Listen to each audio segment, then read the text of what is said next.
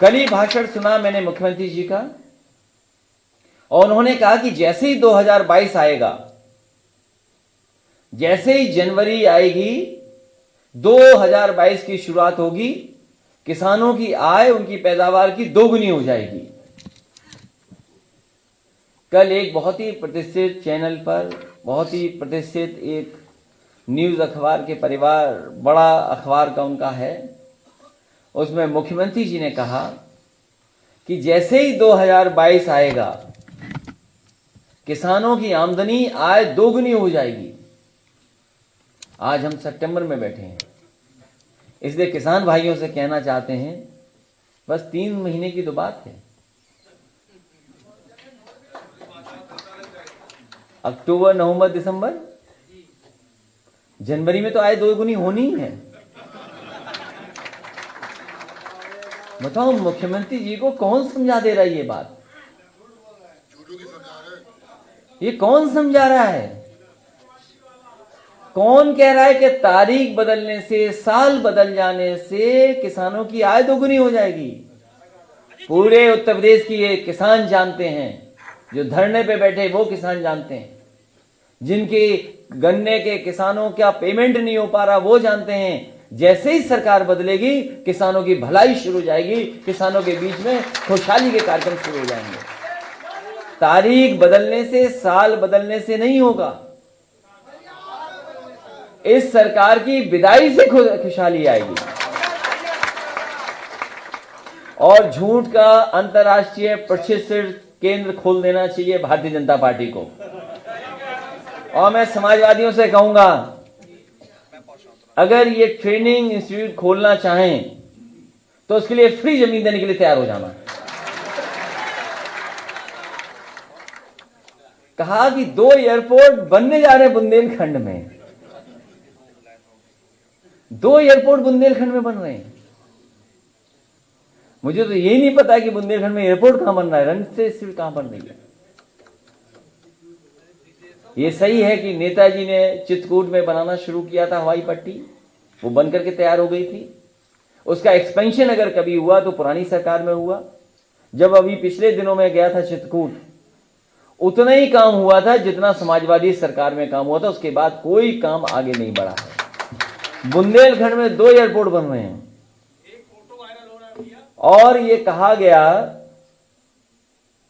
कि बेरोजगारी दर जो थी, या परसेंटेज था, 17% थी बेरोजगारी, और अब 4% बची है।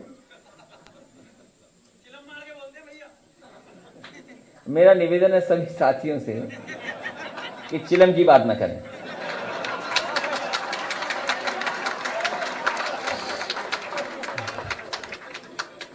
तो बेरोजगारी दर 17 से घटा करके 4 कर दी। ये लगता बहुत ट्रेनिंग पाकर के आए हैं मुख्यमंत्री जी झूठ बोलने की। आज 90% नौजवान पढ़ा लिखा, नौकरी नहीं है, न रोजगार उसके पास। और जो रोजगार के साधन थे, संसाधन जिससे जुटाए जा सकते थे, वो सब संसाधन बेचे जा रहे हैं। जितनी भी राष्ट्र की संपत्ति सब बेची जा रही है। एयर इंडिया से कीमती जमीनें किसी विभाग के पास नहीं होंगी। जो पुरानी बैंकें हैं उनसे कीमती जमीन किसी के पास नहीं है। एयर इंडिया जब शुरू हुई होगी, ये कंपनी बनी होगी, जब से हवाई जहाज उड़ रहे होंगे तब से दुनिया के न जाने कितने देशों में कीमती जमीन होगी, केवल भारत की जमीन नहीं। एयर इंडिया के पास कीमती जमीन दुनिया में है।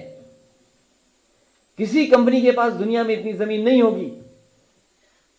ये वो सरकार है जो न केवल हमारे पिछड़े दलितों का हक छीन रही, बल्कि भारत की जो कीमती जमीन है, जो दुनिया के दूसरे हिस्से में, उसको भी बेचने की तैयारी करी है सरकार। ये जमीनें बेच रहे हैं। कह रहे थे $5 ट्रिलियन की इकोनॉमी बन जाएगी। उत्तर प्रदेश $1 ट्रिलियन की इकोनॉमी बनेगी। हमारे मुख्यमंत्री जी अब टैबलेट बांटने जा रहे हैं। 4.5 साल कौन सी टैबलेट दी आपने जनता को? और घोषणा पत्र में कहा कि लैपटॉप देंगे, वाईफाई कैंपस कर देंगे।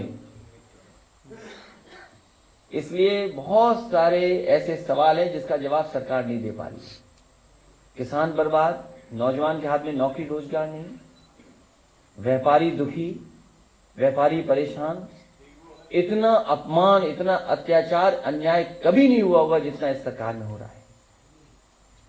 जितना भय का वातावरण है, जितने दंगाई तरीके से परेशान किया जा रहा है लोगों को, सरकार की तरफ से गुंडागर्दी, भारतीय जनता पार्टी की तरफ से गुंडागर्दी, अराजकता का माहौल है, कोई भी कुछ कर सकता है, कोई भी किसी को ठोक सकता है।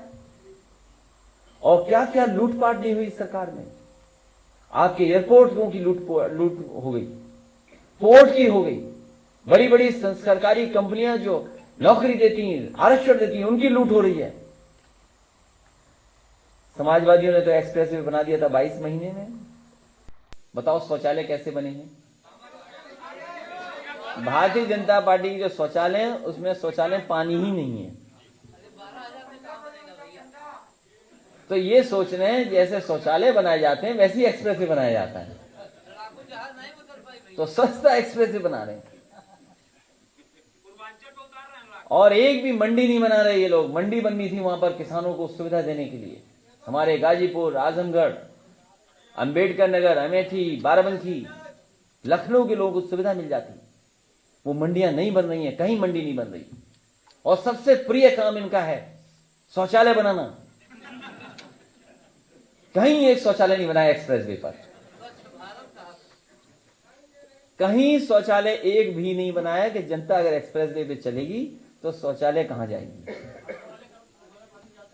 और एक्सप्रेस वे देख लीजिए, आगरा से लखनऊ वाला, ये नाम बदलने वाली सरकार, रंग बदलने वाली सरकार, दूसरों का काम अपना बताने वाली सरकार, और अभी तक शिलान्यास का शिलान्यास करने वाली सरकार, उद्घाटन का उद्घाटन करने वाली सरकार। आगरा लखनऊ एक्सप्रेस वे आप देखाइए, उद्घाटन किया था समाजवादियों ने, सभी सरकार के लोग मौजूद थे। शुरुआत से लेकर के आखिरी तक कहीं समाजवादी पार्टी ने अपना नाम नहीं लिखा, केवल शुरुआत में लिखा है केवल। और जैसे ही सरकार बदली, जहां शौचालय जाते हैं वहां भारतीय जनता पार्टी ने अपना नाम लिख दिया। ये इनका विकास है। मैं प्रेस के लोगों का धन्यवाद देता हूं। बरेली के लिए कितनी जल्दी आपने बना दिया था 4 लेन सड़क, और अभी तक एक भी 4 लेन नहीं बढ़ी। अच्छा, आप सब प्रेस के लोगों का और जो आए हुए समाजवादी साथी हैं उनका बहुत बहुत स्वागत करना है। कोई बात पूछनी हो तो बता दो। इनका कागज ले लो, ये कश्यप समाज का लड़का है, ले लो कागज। अभी शांत हो जाओ, 1 मिनट सवाल पूछें।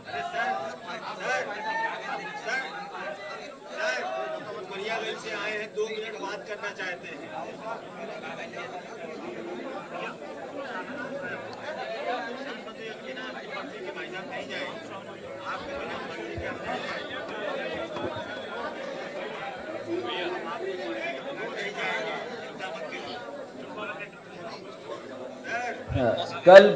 परसों भारतीय जनता पार्टी का एक बड़ा कार्यक्रम था अलीगढ़ में, और अलीगढ़ के हरदुआगंज प्लांट में एक यूनिट का निर्माण का काम समाजवादी सरकार में शुरू हुआ था।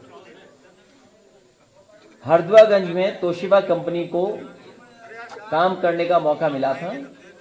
660 सुपर क्रिटिकल प्लांट लग रहा है, बहुत बड़ा प्लांट है हरदुआगंज का, जो पहले से लगा है उसके बराबर से ज्यादा प्लांट लग जाएगा वो, तो बिजली उत्पादन शुरू हो जाएगी। इसी तरीके से एटा में 3 × 660 सुपर क्रिटिकल थर्मल प्लांट लग रहा है, वो बिजली मिल जाएगी। आपके अंबेडकर नगर के लोग जानते होंगे 660 सुपर क्रिटिकल एक प्लांट लगा है बिजली का, वहां बन रही है बिजली। नेवेली लिग्नाइट का एक प्लांट लगने जा रहा है कानपुर में, कानपुर देहात में, वो 3 × 660 सुपर क्रिटिकल है। तो ये प्लांट जब लग जाएंगे तो उत्तर प्रदेश में पर्याप्त बिजली होगी। और ये सभी प्लांट, और आजादी से लेकर के 2012 तक जितनी बिजली बनती थी उत्तर प्रदेश में, उससे ज्यादा बिजली बनाने का काम समाजवादी सरकार ने केवल 5 साल में करके दिखाया। और केवल बिजली बनाने का काम नहीं किया, केवल थर्मल नहीं, आपकी सोलर एनर्जी, सोलर से भी बनाने वाली बिजली के बड़े प्लांट लगे उत्तर प्रदेश में। जो ट्रांसमिशन लाइन थी, आज देश में सबसे अच्छी ट्रांसमिशन लाइन उत्तर प्रदेश के पास है। उसके बाद डिस्ट्रीब्यूशन में सबसे ज्यादा सबस्टेशन छोटे बड़े बने हैं उत्तर प्रदेश में, और डिस्ट्रीब्यूशन में भी काम हुआ। जब तीनों सेक्टर में काम हो गया है, तब बिजली का इंतजाम उत्तर प्रदेश में बढ़ा है। आने वाले समय में हम अपने किसान भाइयों को कहेंगे, गरीबों को क्या सुविधा देनी है और अपने व्यापारियों को क्या सुविधा देनी है, हम अपने मैनिफेस्टो में लेकर जाएंगे। और समाजवादी सरकार बनेगी तो बिजली की क्या सुविधा दे सकते हैं, अच्छी से अच्छी सुविधा देने का काम समाजवादी सरकार करेगी। और बुनकरों को सुविधा देते थे और गरीबों को सुविधा देते, वो देंगे। अभी वक्त उसका नहीं है कि क्या यूनिट अनाउंस करें।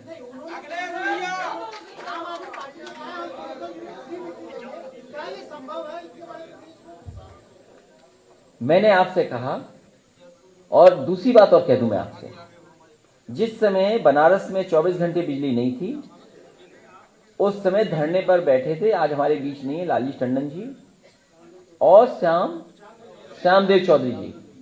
उस समय प्राइम मिनिस्टर की कॉन्स्टिट्यूंसी के लिए बिजली 24 घंटे मांग रहे थे, समाजवादी सरकार थी, उनका धरना तोड़वाया, समाजवादी सरकार में उसी दिन से 24 घंटे बिजली उपलब्ध करा दी और ये वादा करवाया कि उत्तर प्रदेश का कोटा बढ़ जाए बिजली का।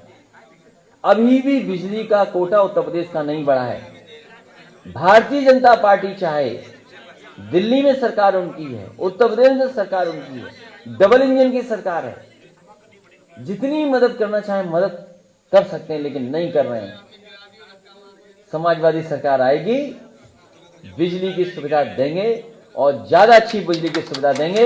याद करें, किसान उत्तर प्रदेश में सिंचाई माफ थी, कोई पैसा नहीं देना पड़ता था, उससे अच्छी सुविधा देने का काम समाजवादी लोग करेंगे। इंतजार करिए समय का।